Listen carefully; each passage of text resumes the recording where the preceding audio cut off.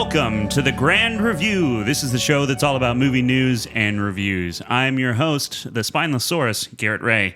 And joining me, he's not a fossil, but he's working his way towards it. It's Andy Delia. Dude, that's a nice way of saying I'm old. I got you this week. Yeah. I told you I'd give you a lot of nice ones and then hit you with a hard one. Nah, got you straight up top. Just like talking about G-Force 2. Suck it this week. I win. All right, so... It's not about winning or losing. It's how much of a... Never mind.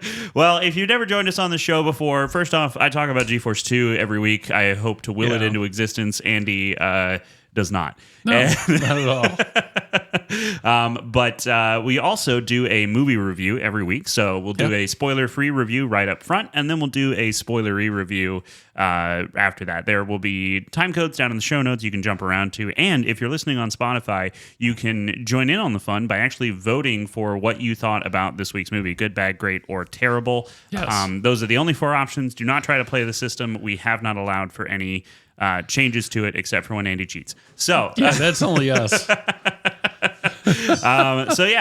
This week we are talking about Jurassic World Rebirth. And it is a movie that is directed by Gareth Edwards. So you may or may not be familiar with Gareth Edwards, but he did, didn't he do Godzilla? Yeah. Yeah, so he did Godzilla, and then I believe he technically is the director for Rogue One before he was unceremoniously replaced by someone else.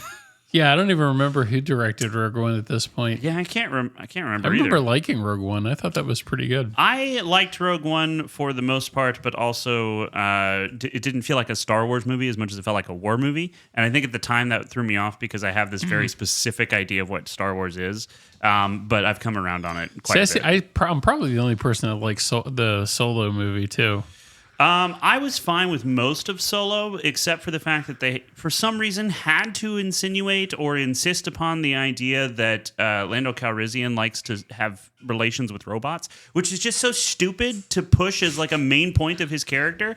And I can't, like, why do you got... I know he's a womanizer, but a robot's not a woman. I just kind of ignored it. That's the thing, though, is I can't, because why is it there? Why is it so prominent? Anyway, Jurassic World Rebirth is a sequel. It's a sort of a standalone sequel, if you will, to Jurassic World. It's not like you have to see any of these other films to get what's going on in this one. No, dinosaurs it gives you like a text thing to read right up front that gives you all of the context. Yeah. It stars Scarlett Johansson, Mahershala Ali, Jonathan Bailey, Rupert Friend, who I will be referring to from now on as Luke Evans.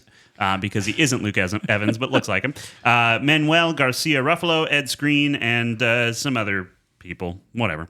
David Iacono as Xavier Dobbs, who we'll probably be talking about quite a bit. And yeah, it's a movie. Andy, your thoughts? Good, bad, great, or terrible? Jurassic World Rebirth. Go. This is terrible. Universal has gone to the well one too many times with this story, in my opinion.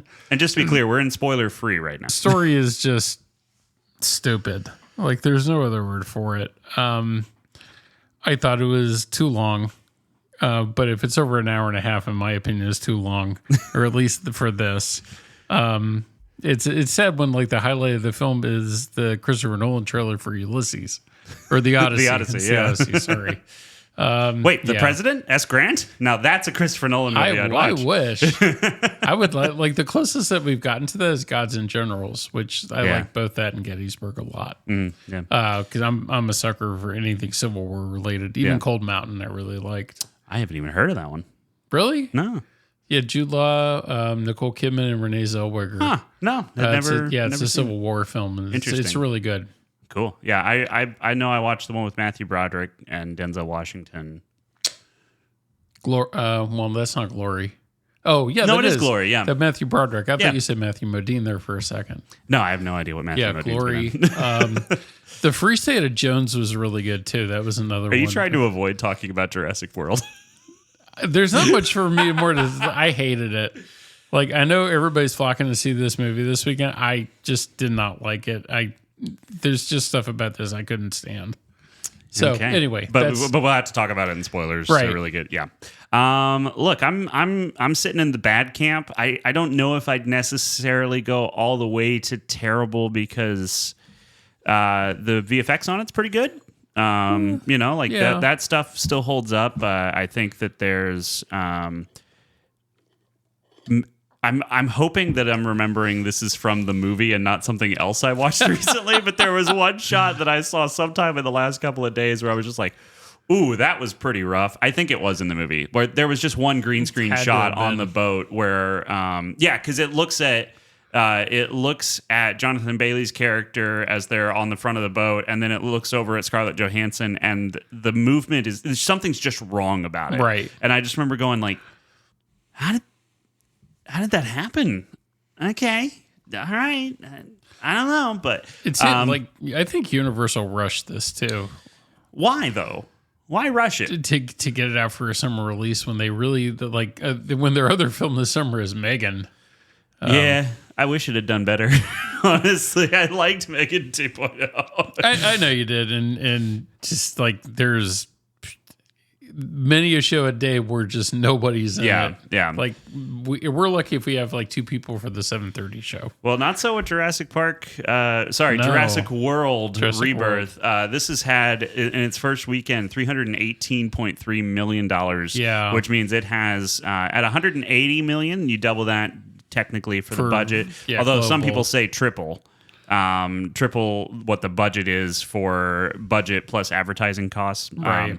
But if it's double, it's almost broken even in its first weekend, which means it will make its money back. This is which means not we're a going to flop. see another one. Yeah. I'm not sure I care if we do or not. Like, if none of these characters return, this movie has what I can only describe as Scarlett Johansson trying to say, I'm not always dark and dour in every scene, even when she should be. Her character is bland and has no depth to her at all. No charisma at all. And which is weird for Scarlett Johansson because she makes that Black Widow character, definitely. Yeah. That's hers, and that was good when they ended it because she left. Even in Lucy, which is a bad movie, she's not bad in it. And I hate to say that because I really do like Luc Besson, but that film has me until halfway through. It gets a little off and then the gets rails. really stupid really fast. It goes full transcendence. Yeah. And the whole thing with turning her into a supercomputer. Sorry if you haven't seen it, but too bad. Yeah. Spoilers for Lucy. I'm saving you for that one. Yeah. It's fun. She has a lot of drugs and then talks to Morgan Freeman through his phone. But I would say she's even better in Under the Skin, which is another film of hers I absolutely hated. That's better than this is. I've seen her do better in cold line reads on SNL. like this, I don't know what it is. She's just smiling for no reason, like all the time, and but she's not getting quippy, so she doesn't have like sass to her. Right. But her lines are sassy. It's just bland. That being said, I did like Jonathan Bailey as Dr. Henry Loomis. See, I thought he was the best part of this. Actually, I thought Mahershala Ali was the best part. I think he was fine, but had nothing to do. Right. They should have written something a little bit more for him because he's not in the movie a whole lot either. Yeah. And there's the main thing that I think this movie is lacking is... Yes, a story. It has a plot, and because I think we've talked about this before. There's story and there's plot. They're not the same thing. It has a plot, and I like the idea of we have to chase down the biggest dinosaurs that are left to try and get this. Like the setup makes sense logically. The way the setup is presented is boring. Yeah. And takes a while. Because even at that point, it's kind of like, who cares? Yeah, but there's no character motivations. No. Scarlett Johansson's just like, I had a friend that we have no connection with die on my last job, and she's a mercenary, so she wants to get out. So she says okay to $10 million. Woo! Personal stakes. Never heard of them. Yeah, but I'm sorry. Going into an island full of dinosaurs that are going to potentially eat you, no. I'll turn down the $10 million. I mean, I'd go for $10 million, but I definitely would be like, at least I don't have to go back knowing I'm a failure. Because I'm either going to have $10 million or I'm going to die. So yeah. It's 100% success either way. Yeah. No, but it just... The whole thing is like, I get, have mercenaries who are motivated by money to start things, but it needs to evolve from there. Which I've seen it, but even the Expendables, yeah, like there's which is money a historically bad script, right? But it's got a bunch of old guys blowing stuff up, which that's okay for me, at least for the first couple. Yeah. And then you get to Expendables 4, and they have what is essentially some of the worst which CGI nobody cared. ever done. I never even bothered with it. I didn't watch it. I've just seen bits from this part where I a needed car to for the drops out of a podcast plane. back then, so like I could really. Because I never even I honestly never watched it, and I'm not going to. Yeah, no, me neither. I've just seen this clip online where someone broke it down, and I was like, oh, the budget got slashed. Oh, no. Yeah, we had to play it on 2 screens, too. Because there was nothing else. Yeah. But yeah, Mahershala Ali does have a little bit more of that. So it feels like he should be the main character, but he also has kind of the least amount of screen time. Right. So it's confusing in the sense that it's like, what did you want the focus to be? But he gets like top billing. Right. But and he does have the best story, but he also doesn't have a lot of screen time. Right. And like, it feels like they were trying to do something similar with this family that is out on a boat, and they get messed up by some Spinosauruses. And like, I understand the idea of what they're trying to do there. And even I know Jurassic Park 3 gets a lot of hate, but I have a soft spot Actually, for that it's movie. not bad. Like, really, I I don't think Jurassic Park 3 is that bad of a movie. The kid you have great, like an affinity for, and the fact that he survived a little bit on this island, and Alan Grant's progression and stuff. So it feels like they were trying to do some of that in this, but not well. I just don't. And I don't know why whole I don't connect with story, any of them. That whole secondary story with the family was just unnecessary and stupid. Well, it's necessary from a screenwriting stance because it has to force the other characters to care about something other than money. But they don't for most of it because they get split up because for no reason everyone jumps off the boat. Especially when that stupid boyfriend is introduced. And I'm wondering how long it's going to take for him to get eaten. Okay, so at the beginning of the movie, I was like, I can't wait for him to get eaten because he's being lazy on the boat. Yeah. After that, he did kind of grow on me a little bit. He gave me the only laughs in the movie. Sucker. I'm not saying I like him. I'm saying I went from actively waiting for him to get eaten to going like, okay. Just reminds me of my daughter's ex-boyfriend too much. Maybe that's another reason. Oh yeah. Equally useless. But just kidding. So this was written by David Cope, who co-wrote the original film. Yeah, what happened? It captures none of that same feeling, though. And the movie is trying throughout it to, like, say, hey, you remember this feeling? But it never captures it. Like, the main one, and this is in the trailer. It's not really a spoiler. The main one where it's really trying to be like, look at the majesty of these dinosaurs is hearkening back to the... Is it Brachiosaurus? Brontosaurus? The one from the right when they first drive up in the jeeps and they see that huge wide shot. In Jurassic Park, right? The good one, which and it's trying to do that, but it gives these dinosaurs these ridiculously long, thin tails that make no anatomical sense. They look like weapons, right? Like they should be a threat, but they're not. And then the music swells and stuff. You're just like, meh. Yeah, that's. Yeah, like it doesn't work. Nope. And I say that as someone who wanted this to be good. Like this has been very disappointing to be good too, to be honest. And it's not Gareth Edwards' film that the reason that I can't blame him for the movie not being good. I blame David Koepp. The script is bad. Screenwriting is awful. But the performances are also not matching what's written in the script. No, like there's almost a threatening like feeling around a lot of the stuff that people are saying in the script, but everyone plays it for jokes, and so it doesn't mesh. And that's like Bailey's character, I think, is just very robotic, in my opinion, to the point that I'm waiting for him to get eaten too. The archaeologist, like the only person I wanted to survive was Scarlett Johansson. Really? Yeah. I don't know. I liked Jonathan Bailey. I thought he was fun. Like because he seemed like the most like I'm a real person in this scenario to me. I definitely didn't want the family to survive. I couldn't care less either way. Especially like the Dora the Explorer kid with the little baby dinosaur. And I don't even know I think it was supposed to be like a baby Triceratops, maybe? Or it's another species that stays that small. I'm really not sure. But the thing about that dinosaur, and I hate to steal something from someone else's review, but I read this. I want to say it was Variety, but I could be wrong.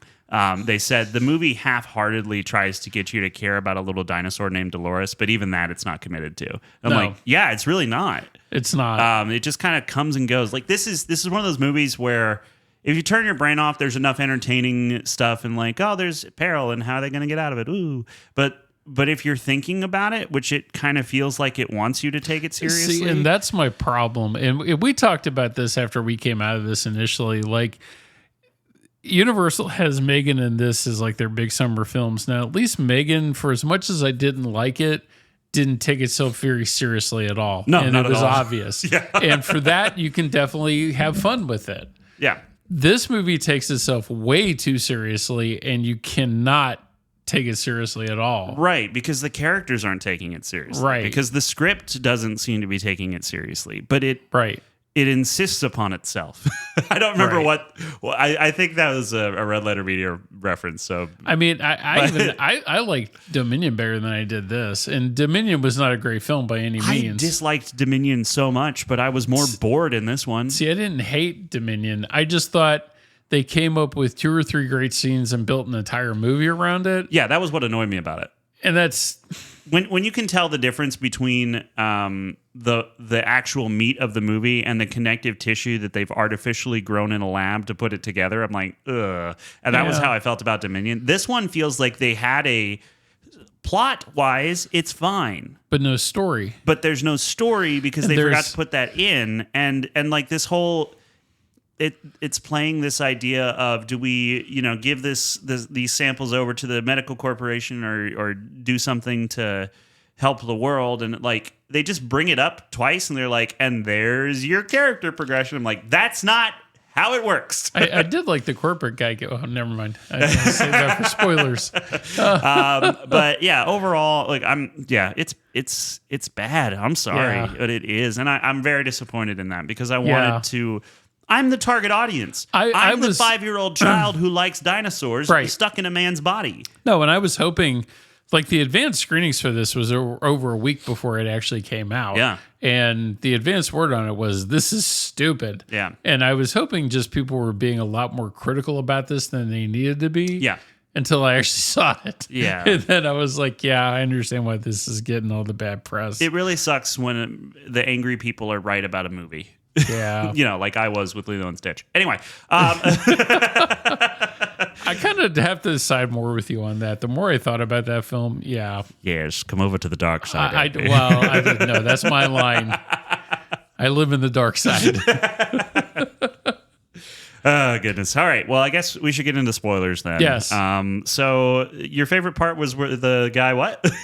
Oh, the corporate guy that's actually like the chaperone for this whole thing when he gets eaten. Yeah. And he has the samples handcuffed to his wrists, and all you see is the suitcase and the arm drop to the ground. And I was like, ooh. I called that the moment he put the handcuffs on. I was like, that arm's coming off. Yeah. There's absolutely no way it's not. Well, that's Chekhov's arm right there. See, and that's really, if we could figure that out with our, like, you and I have seen a lot of movies combined and have read a lot of scripts. If we can see that as soon as that happens. Sure. That's almost like you're playing your audience as like, you're an idiot. Yeah, he's attaching it directly to his arm. How will they ever get it back? Well, the arm's got to come off because everything on the island has teeth, numbnuts. I know. And the mutations in this were just odd and dumb. Why was everything not uglier?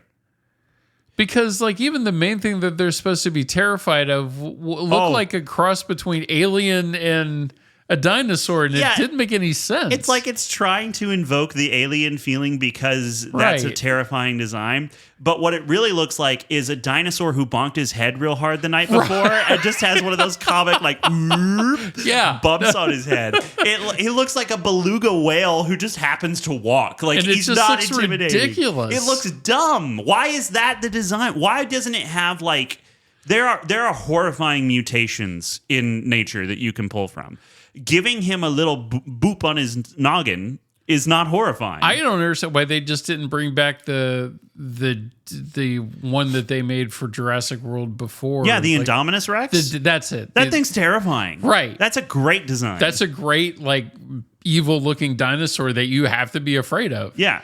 This thing was like this. If I saw him from a distance, I'd be like, oh, look at Derpy. That would be what I immediately name him because he looks stupid. He looks like he's got development issues, not a mutation that why not a dinosaur where part of its mutation is that it has extra rows of teeth, but those are grown through the side of of its skin, right? Almost and it's we saw pushing this Venom. out. Yeah. Why are you not drawing inspiration from these things that are oh, that's actually what a genetic mutation that sucks and would make something angry all the time. It needs to look like it's in pain and in rage. They needed more. That would be scary. They need more T-Rex in this too. The scenes with the T-Rex are kind of neat. Is it just me or was this T-Rex tiny? It seemed that way too. He looked small. The scale on it was but not in every shot. His scale changed weirdly. In one shot, I'm like, oh, what a cute little guy, and then another one, I'm like, yeah, he's kind of scary. He could eat me. Yeah. But it's all over the place, and I wanted to. They've already done the T-Rex versus an Indominus Rex fight. You can't do that again. I understand. But you know what they haven't done that they kept trying to tease throughout this entire previous trilogy? Dinosaurs actually loose on Earth. They skip right over that. You have a couple of raptors in the Middle East in the last one, right? Uh-huh. Okay, whoop-de-doo. And you have a bunch of dinosaurs in a basement in the middle of that trilogy. And there were a couple of raptors in this one. Sort of. There was the part where the stupid boyfriend thing was taking a piss. Are those raptors? Okay. Yeah. Okay. Yeah, because why? Why aren't these more terrifying? They look generic. Because that's when I look here's the part where he gets eaten. Yeah. And nope. Honestly, that was really funny because he did stop peeing and then start peeing again. It's a little funny. If you like potty humor. Which I do. I couldn't get on board with any of these characters because Xavier's annoying. Then maybe he comes around a little bit by the end, but he's not he doesn't have a redemption arc that makes you go this. Well, okay, he was misunderstood. The daughter's not much better. I can see why she has an idiot boyfriend. She's angry. That's her trait after. Well, I mean, that's understandable though, because the guy did try to kill her. Doing teenage women or teenage girls. Yeah, no, I have one in my house. So yeah, the attitude there was right on. Yeah, that's fair. But even the dad was kind of he's bland. Yeah. He's not bad, but he's not. I don't believe that he's there. He's acting. I still say the little girl was more trying to be like Dora the Explorer than anything else. Yeah, I'm not really sure what they were going for with some of this. And it's dumb that I care this much. It's like they were kind of amalgamating the two kid roles from Jurassic Park. Yeah. And make something that you just didn't care about. Right, yeah. Yeah. And why did we need to have the whole family survive? If it comes down to it, have the dad die because Luke Evans pushes him off the boat, and it's the two girls left behind, and that pushes Scarlett Johansson to change how she views things because maybe maybe one of these girls has the heart condition that this medicine will save, but they have a sailboat, so they're not poor, so they can get the medicine. So I don't know, there's just. So and then there was that whole thing to the sea creatures they're kind of stupid looking too, to be honest. The Spinosaurs? Yeah. That's actually, I think, what they look like. Oh, okay. but then the boat drives onshore, wrecked.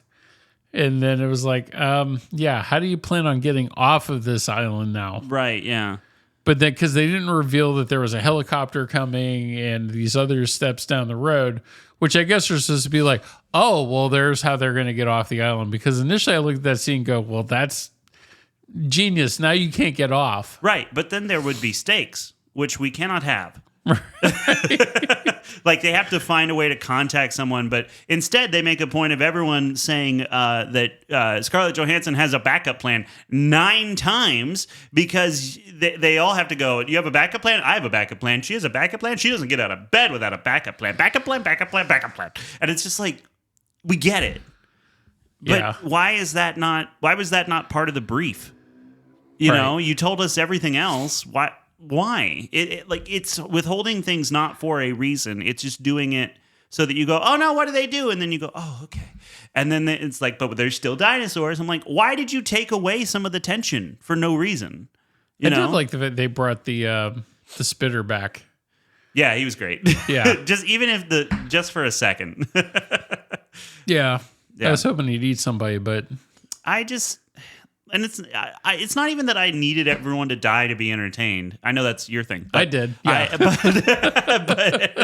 But I did need for it to feel like people were in danger. And they try to do the whole kitchen scene again, but in a gas station. Yeah, and it's not done very well. It doesn't work. No. It's like there's no building up of tension throughout it. With like these really bizarre looking like wing creatures too that.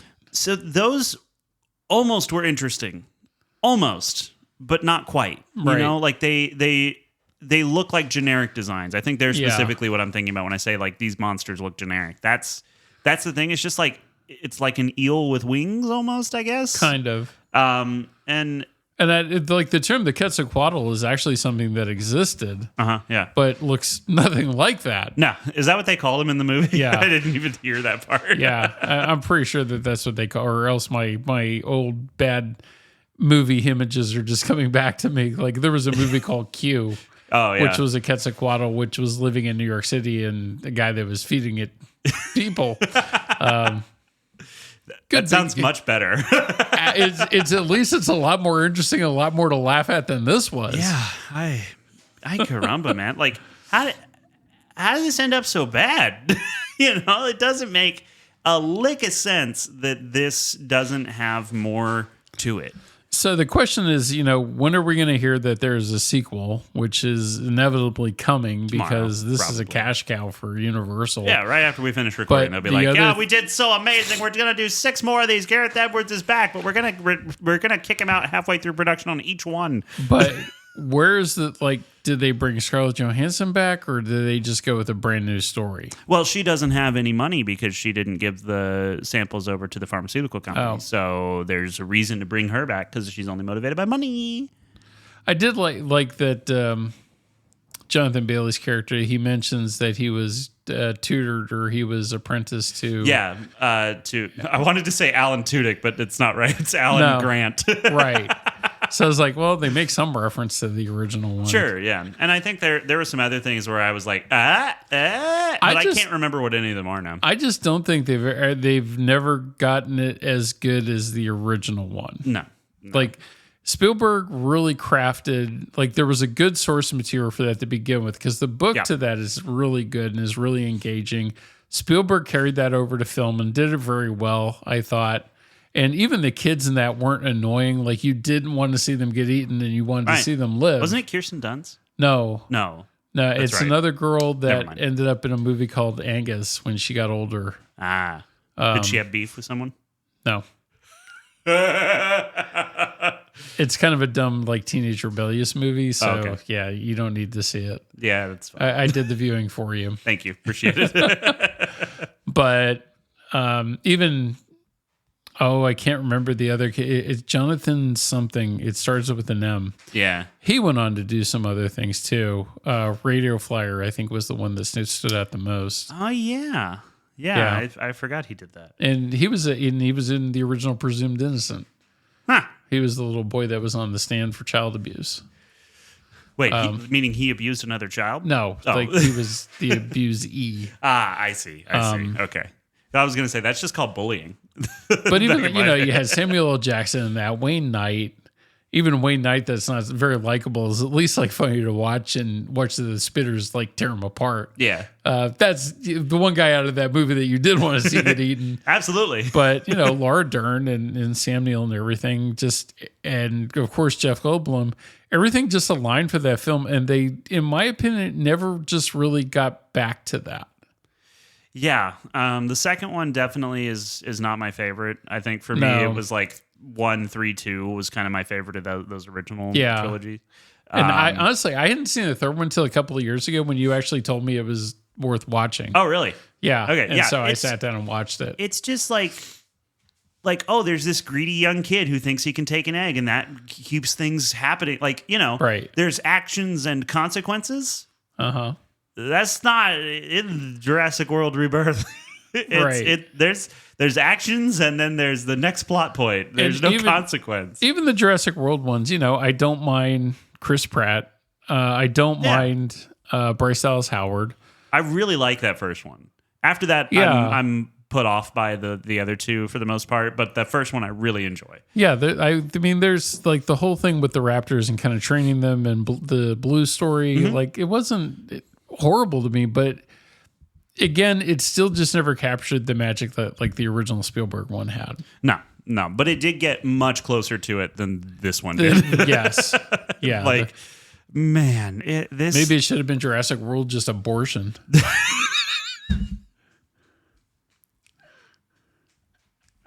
I'm keeping it. I'm not letting you off the hook for that one. Who am I going to annoy with that one? Oh, my gosh. Rebirth. No, afterbirth. Afterbirth, yeah.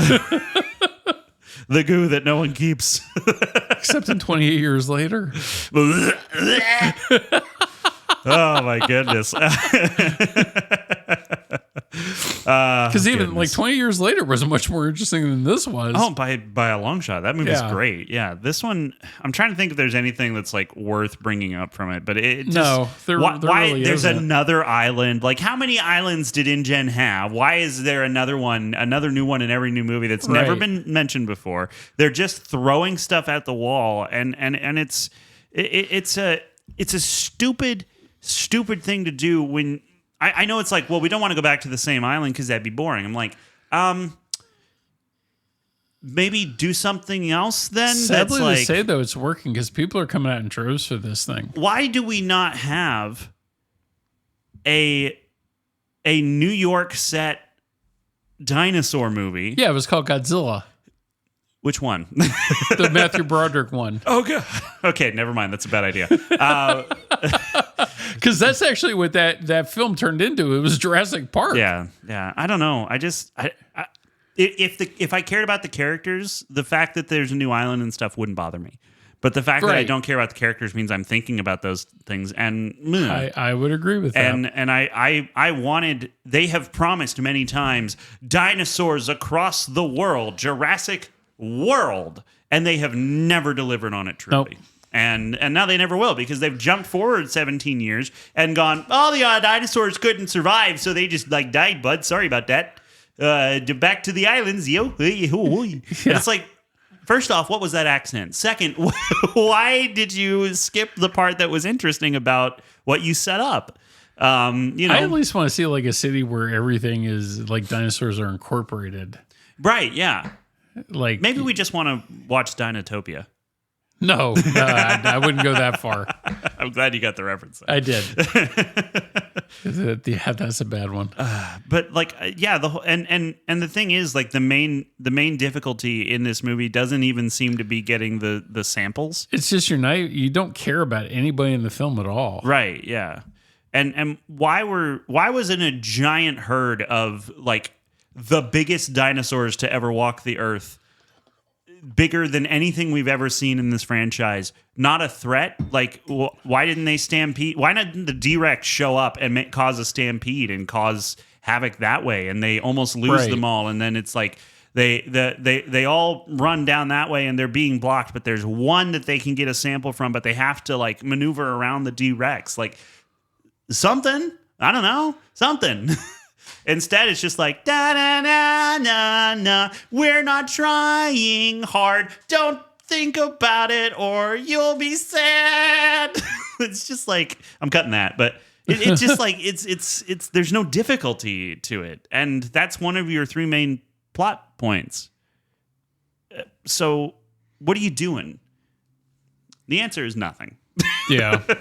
So yeah, very, very disappointing. And I say that again, I'm not ragging on anyone in particular. I'm looking at the movie that came out and going, yeah, look, is it relatively entertaining? You know, put it on in the background while you're doing other stuff and it's fine. Sure.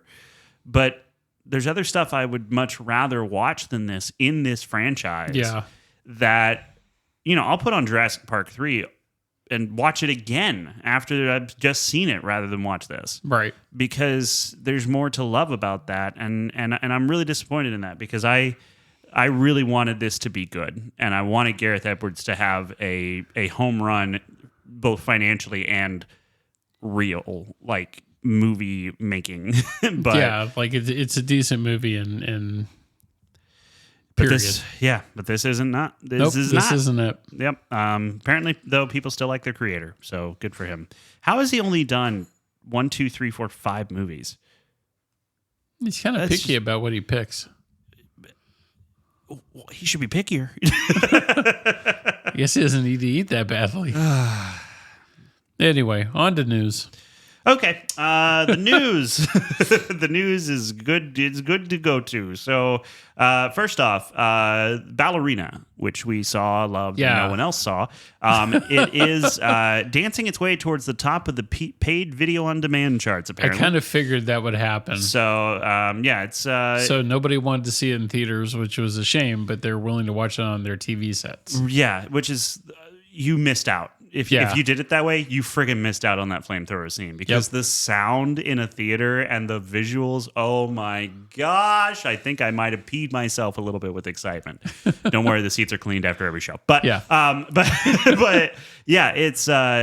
only did $110 million at the box office, which technically means on a $90 million budget, it didn't make its money back because with advertising and stuff, you're looking at $180 million.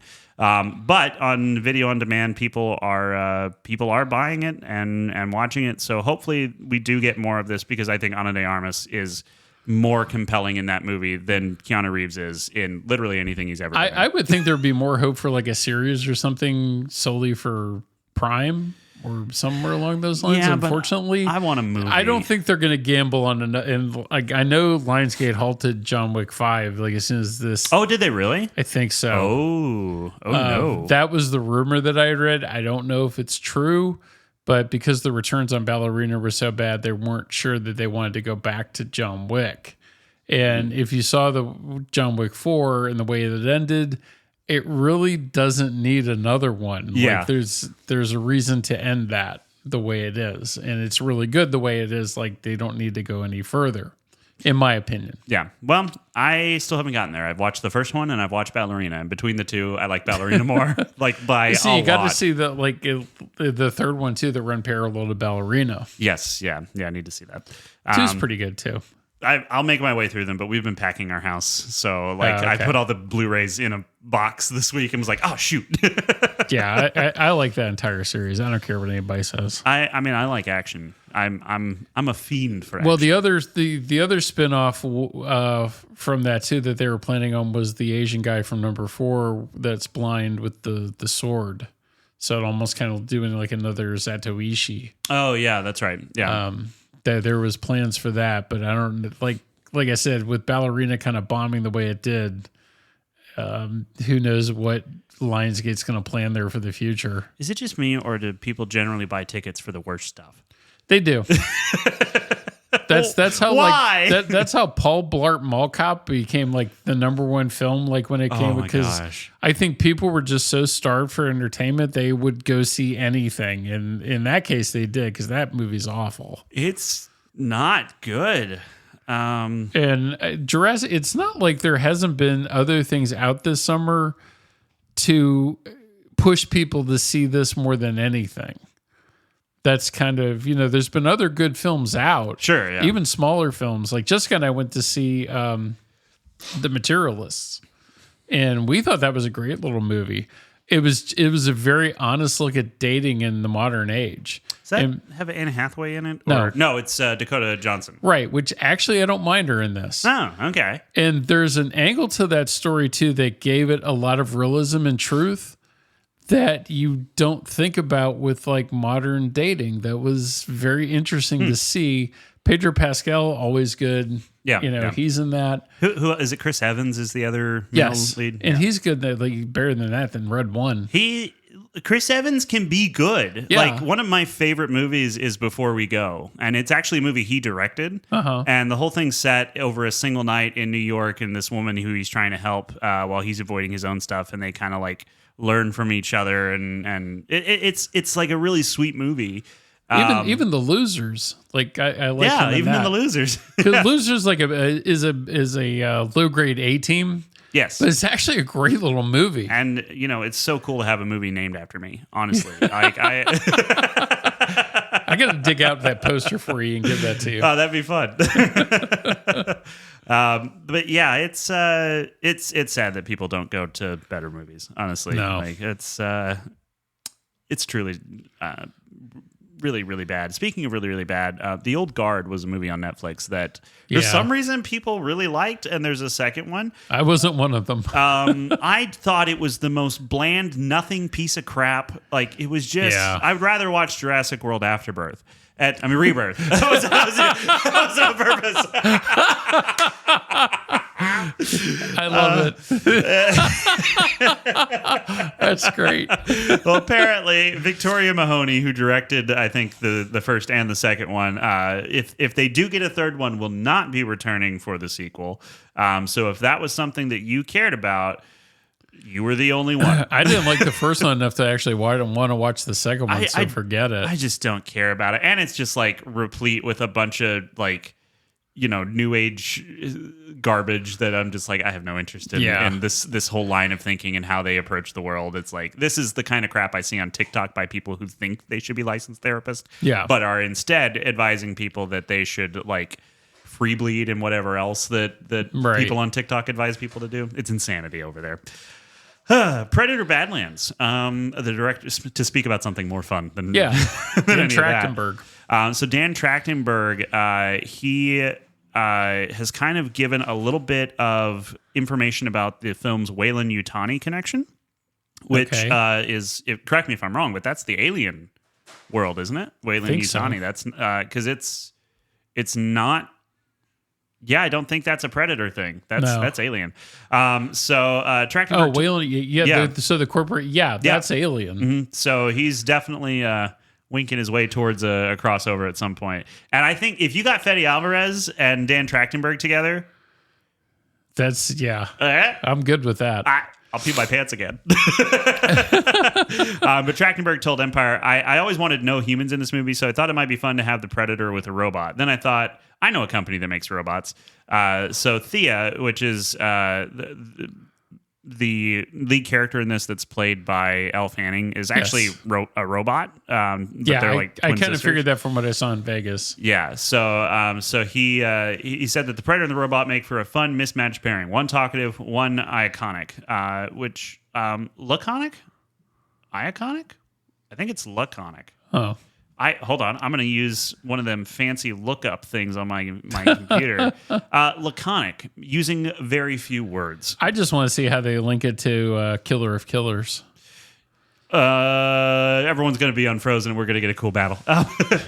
He said, as exciting and violent as this movie is, the character stuff really pops too. I hope he's right. I hope we get to play it. Because that was what they said about Jurassic World Rebirth. I'm going to do it again. I almost said Afterbirth. Like, they were like, oh, it's really character focused and stuff. I'm like, my butt it is. Like, it's not. And so, it's just the bad part about Predator Badlands is it really has competition going up against Running Man that weekend. Yeah. So both are sci-fi, both are action based. It almost kind of cannibalizes that audience. If one backs down, who do you think it'll be? it's going to be Predator. You think so? Yeah. I think more people are going to be excited to see Running Man. And Glenn Powell's hot right now. Like, there's no denying that. And the trailer looks really good. Yeah, the trailer for that is freaking awesome. Like, that wasn't my exact words after I saw it. Because I texted you and was like, you have to see this. I immediately went and watched it. It was like, hot dang, I'm excited. It's everything that Edgar Wright does well. Yeah. And to see him play around in a world that's, like, maybe a little less jokey, but still has all the violence and kinetic motion that he does. I really like the fact that it's based more on the book, which I do like the Schwarzenegger one. The Schwarzenegger one's not horrible, but my problem at the time when I saw it was, well, this is nothing like the book I just read. Sure, yeah. And they just took a lot of liberties with it. But this movie, or The Running Man now, I think is more socially prevalent now in this age than when it came out. Yeah. Because since they changed a lot of it, now they're focusing on reality television and what effect that has on society. And that really is a lot more interesting. And Edgar Wright really did have a feel for that, I think, when he was making this. Not to mention, like, the action sequences just look off the wall insane, which I'm super excited about. Yeah. And I do like Glenn Powell. I think he's a good actor. And Edgar Wright apparently told Glenn Powell when they were talking about the character, he's like, I want Glenn Powell in a bad mood.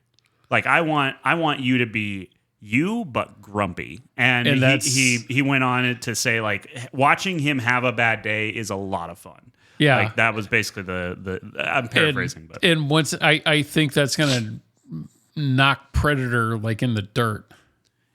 I think so. Yeah. Yeah. Because like the last Alien movie didn't really do all that well at the box office either. It did okay. I know at my place it didn't do all that great.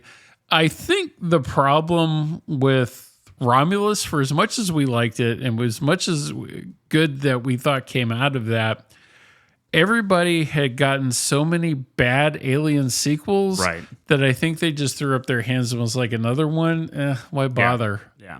And the people who did see it that I saw a lot of discourse about, they were like, well, it's just playing the greatest hits from the previous stuff. And we're like, yeah, but you kind of need that for a reset. Yeah, but that's not a bad thing in my opinion. No. And like, this is the same thing that I was thinking about when you're talking about Jurassic Park. Like, there's only so many ways a dinosaur can kill someone. They have claws, they have teeth, they hunt. Like, that's what an animal does. Like you're not gonna have it where where a raptor comes out of the bushes and just like injects someone with some poison and goes, in 24 hours, I'll eat you.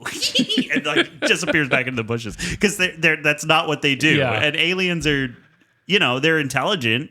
And I like the addition of the the kind of like wall sack that they did. Yeah. And like they're expanding on that a little bit more, but also it's making the alien's life cycle very confusing. But it's just like it didn't do anything that made me go, oh, come on, and that was definitely how I felt with Jurassic World. Yeah. And that's that weekend we'll have to do a mega episode and watch Running Man and like Predator back to back or over 2 days. Yeah, we're definitely going to be in the theater a lot that weekend. Yeah. But that was one of the trailers that dropped this week that just looked really good. Oh, but I was surprised at people's reaction to that. Like there was a lot of negativity hurled at it from people, which I didn't quite understand. I don't know. I don't know how you can look at that trailer and be like, this looks like it sucks. And that was a lot of what I read. I don't get it. And I was like, do you guys not know what Edgar Wright does? Like, this is right up his alley. And the thing is, like, as much as I can get my my conservative little nerd goggles on, like, I think most of the time I can look at a movie or look at a trailer or look at a movie and say, like, oh, I get why people would be like have this appeal to them. Yeah. Or would put people off. I can kind of intellectualize, like, the weird look of the dwarves in Snow White and so on and so forth. That's an easy example. That was a bad movie all around, though. Rachel Zegler's underbite is almost as legendary as her bad attitude. Yeah, I refuse to watch the horror film she did after that too, like Y2K. that Y2K. Yeah, apparently it's good, but I can't do it. Our film buyer said it was all right, that if I had time, but after like Snow White, I was like, nah, I don't want to support her in any way, shape, or form. She's gone to theater now. She's mostly doing Broadway. Yeah, because nobody will hire her for anything. Yeah. But this one, what were we talking about? But this one, I can't look at this trailer and understand why someone would go, that looks terrible. Yeah, because it looked the cinematography is good. The pace of the edit on the trailer is like, it feels right for an Edgar Wright movie. Yep. Glenn Powell losing his mind a little bit's awesome. Josh Brolin, Coleman Domingo. Yeah, like, it's got a great cast. People are dumb. Next item, the Diz Insider. So this is a site that recently scooped that Pixar is doing an Incredibles 3 months before Disney announced the sequel. Okay. So the same website, Diz Insider, said that Lucasfilm is whipping up an Indiana Jones reboot, not a sequel. Yeah. No more Harrison Ford. I don't know how I feel about that. Raiders of the Lost Ark is what got me into, really got me into movies. Right. And wanting to be in this industry, which, I've done now for so many years. Rebooting that, I don't... I mean, for a while there was talk about Chris Pratt doing it or whatever, but, Harrison Ford has said many times they can't do it. When I die, so does Indy. But he doesn't have control over that. There's always talk of redoing Jaws. No. As a CGI shark. No. And I was like, yeah, it was called The Meg. Yeah, and it was bad. It was fun, but it was bad. The book to The Meg is a lot better than the movie is. Well, the book to The Meg is actually really interesting. Wish I could read. But every once in a while, they always try to say that they're going to reboot or redo. I know when John Hughes died, everybody was worried about people going after those properties and redoing them now, which those films don't need to be redone, in my opinion. No, they're such a time capsule of their time. They are. If you couldn't do the Breakfast Club now where everyone just be like, I don't know, I just pulled out my shoe and could plug it into the internet and play Angry Birds. So, because everything's so connected, you couldn't get around it. The other one that always comes up every couple of years, too, is Escape from New York. And the problem is Kurt Russell's still alive, and so is John Carpenter, and they both come out of the woodwork and go, no. Right. And the movie never gets made. Yeah. That and now if you wanted to make that movie, I think it would be. How do you do it? Yeah. You can't get into New York.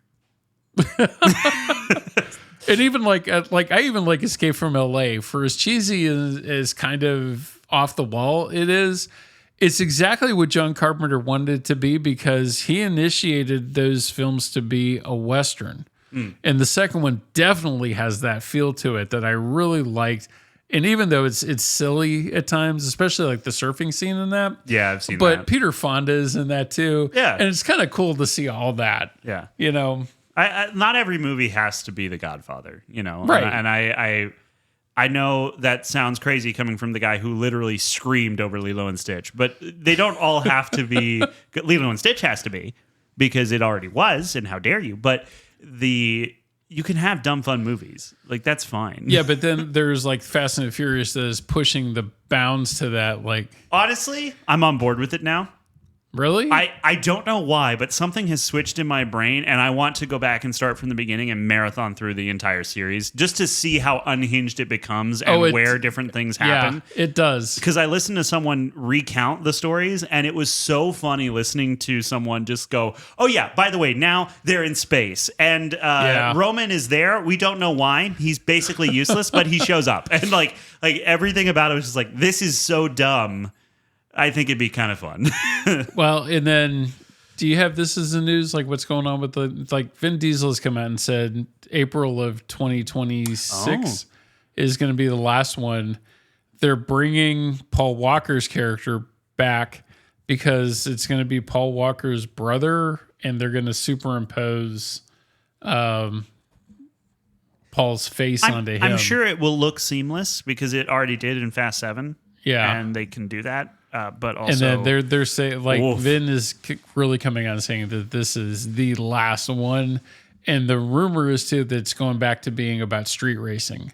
So I'm a little How do you go back? How do you go back? You went to space. If you watch all those films and see how far off track that series had gotten. I saw Fate of the Furious and was like, they're on an Arctic Ocean chasing a submarine and doing jumps over it in a Camaro. None of this makes any sense. How do you go from that to street level racing and stealing DVD players again? The first two that stick with like racing, they're actually fun. Even the second one, that's not a great film, but John Singleton directed. May he rest in peace. It's a fun popcorn film. It really is. Yeah. But to see where that came off the rails.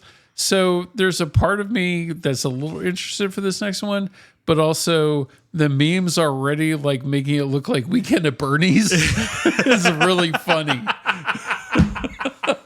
Oh no.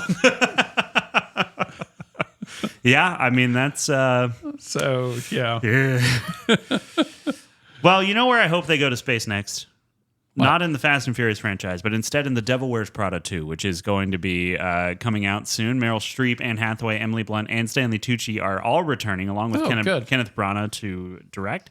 I did actually watch this movie. But shockingly, I have seen this one. So, and I didn't even want to see it. I didn't either. I think everyone wouldn't shut up about it, so eventually I watched it. No, my whole thing was it came up a weekend, like they needed somebody to watch this back when there was still film.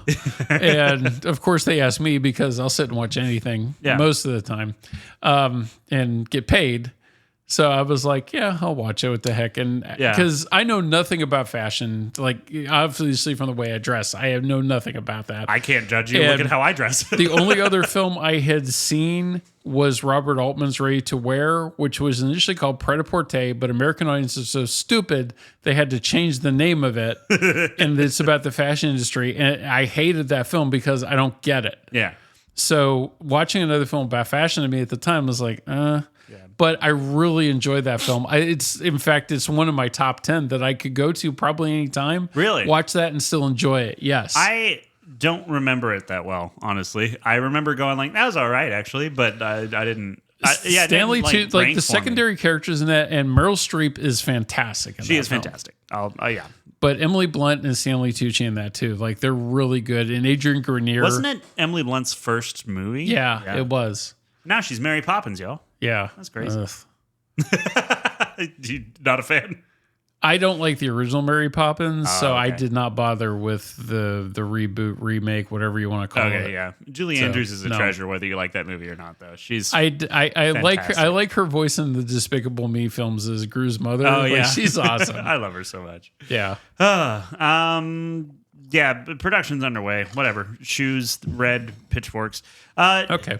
But more excitingly, a sequel to a movie that came out on Netflix from a Norwegian company called Troll is terrible and is getting a sequel, and I can't wait.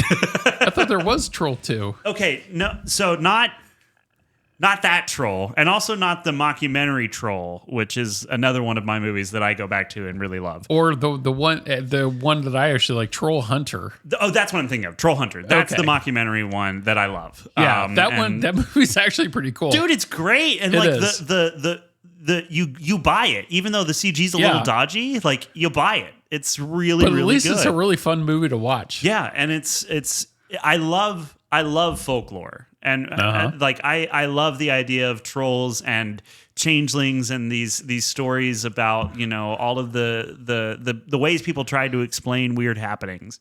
I just find it fascinating. Mm-hmm. And so Troll Hunter scratches that itch perfectly, but brings it into a modern setting, and you get to see how the government would be covering it all up and all that stuff. Super fun. Conspiracy theories mixed with folklore. Great. Then there was a movie called Troll that came out on Netflix, and I watched it, and boy, howdy, is it a bog standard paint by numbers sort of we have a crazy thing happening in the place, and now the government's got to either shoot them down or find another way, but oh gosh, they're shooting down our planes with their big rock hands. Whatever. And it's terrible. I cannot wait to watch the sequel because it is dumb popcorn fun. Okay. And I never saw that. There's a trailer right here. I'm not going to watch it. I'm not going to watch the trailer. When it comes out on December 1st, I'm going to watch it, and then I'm going to forget about it entirely until Troll 3 comes out and be like, oh, yeah, that's cool. Great. Oh, goodness. Brad Pitt is telling young actors not to sell out with superhero movies and franchises. So this is this was on the New Heights podcast. He was promoting F1, and this is what he said. I like watching what the new generation is coming in with. I like to see what they are up against and the way they negotiate and work their way through it. They enjoy it more. We were uptight and it had to be about acting. Like you didn't sell out. You didn't sell out. But now it's like we can be artists in many different arenas. So let's do it and let's enjoy it. But they also get caught up in you have to have a franchise or have a superhero. But I keep saying don't, they'll die. Meaning the franchises and the superhero stuff will die. And he's probably not wrong about that. And I mean, Robert Downey Jr. doesn't get to do a lot of stuff outside of Marvel. Like he does some stuff, but it's by and large. But he was an Oppenheimer.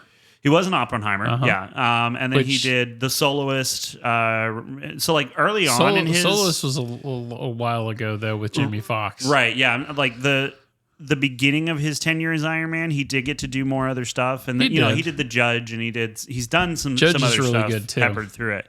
But now, like, what's he doing? He's coming back to be Dr. Doom for. I still like a little movie he did called Charlie Bartlett. I heard people talk about that, but I never saw it. What is that one about? About a kid that generally becomes a psychiatrist and distributing prescription drugs to kids in his high school. Cool. So. And he does it like through the bathroom stall in the men's room in the high school. Oh, that's what that hole in the stalls is for. The love interest is Kat Dennings. Oh, really? Okay. Yeah. And took you a second. Robert Downey Jr. is the principal and also Kat Dennings' dad. Okay. And it's actually a decent film. What's it called again? Charlie Bartlett. Charlie Bartlett. Uh-huh. Okay, cool. Yeah.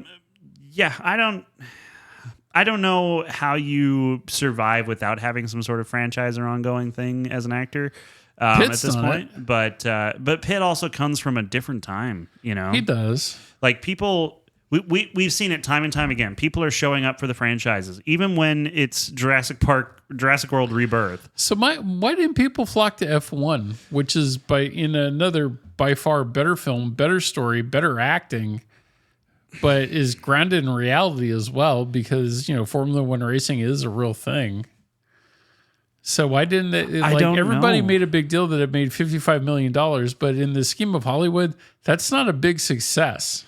Yeah, is that all it took? Like total? Opening weekend? Oh, yeah. Opening weekend. Okay, yeah, no, that's not good. That's not great for an opening weekend. The headline for that weekend was Apple has their first success with F1, $55 million, and I looked at that going, do you really consider that a victory? The budget for this was between $200 and $300 million. Yeah. Holy crap. I mean, it looks it, but holy crap. And so far, the box office, it's $239.6 million, and it is on its way out of theaters. Yeah, we're probably only going to have it like two more. It had a good resurgence this weekend because the weather was so bad around here.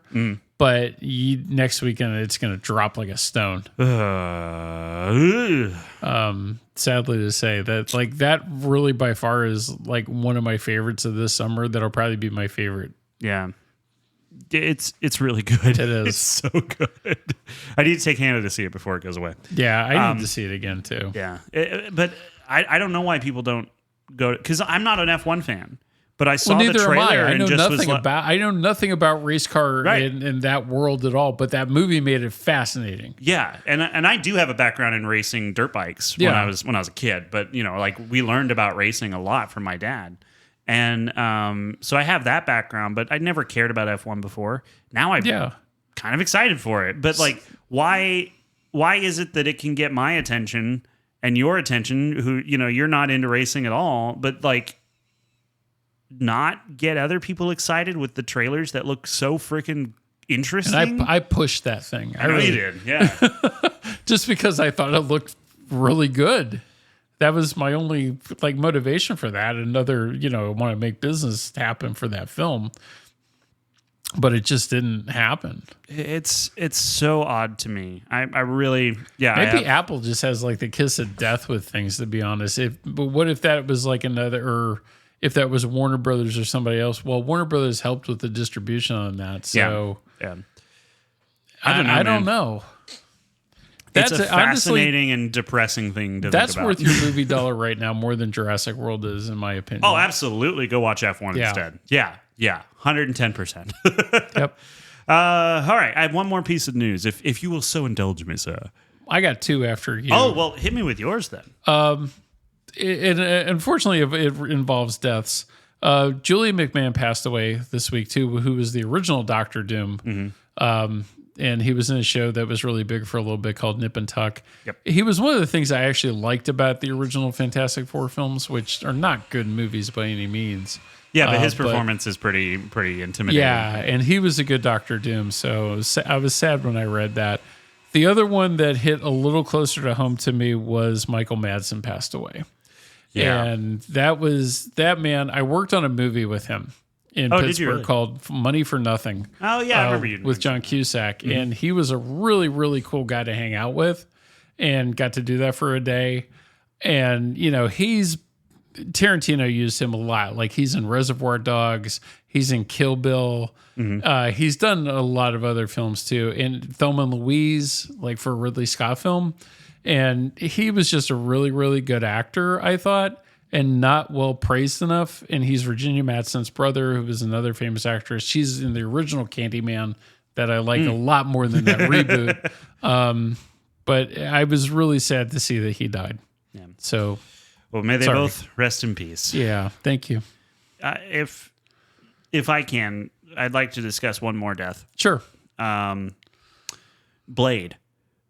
Oh, that movie. By the way, I'm really mad because I forgot. I was going to introduce the movie by saying, well, Jurassic World. I was going to introduce it by saying, this is the weirdest way they could have taken the Blade movie, but it did surprise me. There's dinosaurs in Blade now? Yeah, Mahershala Ali playing Blade. Not in any way we would have expected the character to go. Yeah. I'm really mad I forgot to do that. Anyway, so the set of Sinners, we've talked a little bit about the interesting behind-the-scenes stuff that they did, the way that they replaced his head for a lot of scenes and stuff. Which is now on Max. It is, yes. Yeah. Go check it out if you haven't. Not with your kids, though. Yeah. If you haven't seen that film, it's going to lose something on home video, though. Yeah, absolutely. Yeah. Would you believe me if I told you that most of the costumes that were used on Sinners were actually repurposed from the version of Blade that was supposed to be a period piece? No, it wouldn't surprise me. They are. That's 100% true. So costume designer Ruth Carter was kind of cool, actually. Isn't it? Yeah. She was working on the Blade movie that ended up not shooting. At one point, that movie was going to deal with, and she's talked about this before, but at one point that film was going to deal with the past around the same era as Sinners. She happened to have a warehouse full of period-appropriate clothes, and it was like, yo, we got to shoot this movie like tomorrow. And Marvel was generous and kind enough to basically let us purchase it at price. So they apparently don't think they need that anymore. They're just like, all right, we're not going to that version at all. There has been nothing official, though, from Marvel saying that movie is completely dead. Like, they're trying to make that work. I still say the only way to make that work, bring back Wesley Snipes. There's only ever going to be one Blade. That's right. I fully agree. I think the problem with that is script. Yeah. I bring Brian Bendis in on that from like the Marvel world. Like, he wrote a lot of good stuff for Marvel. Yeah, Brian Michael Bendis did some stories I really enjoy as well. I have a comic book signed by him. Oh, do you really? Yep. Cool. That's neat. I met him at one of the Comic-Cons I went to. Did he take your money for that signature? Nope. That's awesome. He was a really nice guy. I always hate when it's like, oh, we're totally we love our fans. We love it, but we need just like Mark Hamill I see is like $700 for picture and signature. Yeah, insane. You got to be kidding me. Yeah, he's old news. Yes. Although he's working more now than he ever has. That's true. Yeah. I think that's because people now, for some reason, have a desire to watch bad acting and joke about it. He was good in Life of Chuck. I liked him in that, and I'm curious to see how The Long Walk pans out. I don't care about that movie. I keep trying, but I just don't care. I really want to see it. I want to pretend that I care, but every time I watch the trailer, I'm just like, I don't want to watch people walking for 2 hours. I just don't. Yeah, but there's a little bit more to it than that because I've read the story. Oh, I'm sure there is. I'm just saying the trailer has made me not care. Well, that in his Lionsgate. Yeah, that's not helping. I figured, but that actually, I love dystopian stuff like that. So Yeah, it really depends on the story for me with dystopian stuff. Sometimes I care. Sometimes I'm just like, yeah, I'm over this. the Running Man is dystopian too, and that we're all excited for that. Yeah, so it's really not that. I think it's just the trailer bores me. And even I think Tron Ares is going that route too. Yeah, how programs are going to be real? I don't know. I don't care. Is Jared Leto the villain in that though? Because he's created by the program. They've only had the one trailer out, so I don't know. If he's not the villain, they've made a terrible mistake because the only way that's going to redeem the casting choice is if he dies. I'm not a big Jared Leto fan either, so yeah. I'm just excited to see another Tron film. Yeah, and I mean, I do like that middle one they did. Legacy. Is pretty good. I paid the money and saw that in IMAX 3D. Nice. That was worth it. Yeah. Another one of my childhood films I was just all super excited when that first one came out, and I still am. It's tough to go back to now as someone who didn't grow up where I came after Jurassic Park. Yeah. Actually, I guess I came the same year that Jurassic Park came out. So for me, like that's been the standard. So I was to go back 21, to Tron, 22 when the original Jurassic Park came out. Well, I was working at a theater in Pittsburgh. You got to see all the stuff that came before that in its time when it was cutting edge. And looking at Tron now, it's like, what is this garbage? I understand it's a landmark film, and I do not take away from the importance of it in the history of cinema. It's just, tough to watch. I don't get tired of why. From a pacing standpoint as well. But also, movies were paced different. It was a different time, I had to sell dinosaurs to people waiting in line for Jurassic Park, like little stuffed dinosaurs. Yeah. This is how long I've been in this stupid industry. And where has it led you? Just to this. It landed me the best job I've ever had working in the film industry, running Grand Avenue. So I will. There's some good to come out of it. Absolutely. All righty. Well, if you enjoy the show, first off, thanks for listening. Don't know why you're still here, but we're not going to tell you to leave. But you can follow us on online at Grand Review Pod on Facebook and Instagram. Yep. And then don't forget to vote if you're listening on Spotify. Also, the podcast is available on YouTube as well. There is the Grand Review YouTube channel now that you can go and check out and subscribe to. Take a look at some of our last episodes and see what you thought of, like what we thought of 28 years later. Yes. Or and if you have a single thought at all that just flits across your head while listening, leave a comment. It boosts us. Also, too, I will say, leave a comment for like films that y'all like that you think that we should see. Like, it might be hard to stump me. But like bring up something that I haven't seen, and I would definitely like want to check something out. Yeah. Are we closing in on having all 3 Popeye films available to us to watch this year? I think it's getting close. Okay. I just we got the Jaws documentary next Friday too. Oh, so excited. So that might have to be part of the next podcast because we're seeing Superman next Thursday night. And then that comes out that Friday. Cool. Sounds like we got ourselves, because it's wait, is it coming out in theaters or is it online? No, just online. Okay, cool. So that's probably going to be our internet movie of the week. Yeah. And I regret nothing, and no one can change my mind. And then you got to, you showed up late too. You didn't see the Jaws re-release trailer. I did not. No. Like they cleaned up that print. It looks. Oh, really? Yeah. Oh, cool. I'm really excited to see that. Will they do a Blu-ray release, you think, with that same? Yeah, they are. Okay, sweet. They're already. They actually think that's coming out before re-release in theaters. Yeah. Yeah, because I actually don't own Jaws, so like I'd like to get a cleaned up print. That would be really neat. All right. Well, anyway, I guess that brings us to the end of the show. Thank you, everyone, for listening. And we'll see you next week. But until then, there's only one thing left to say, and that is we'll see you at the movies. Bye. Bye, y'all.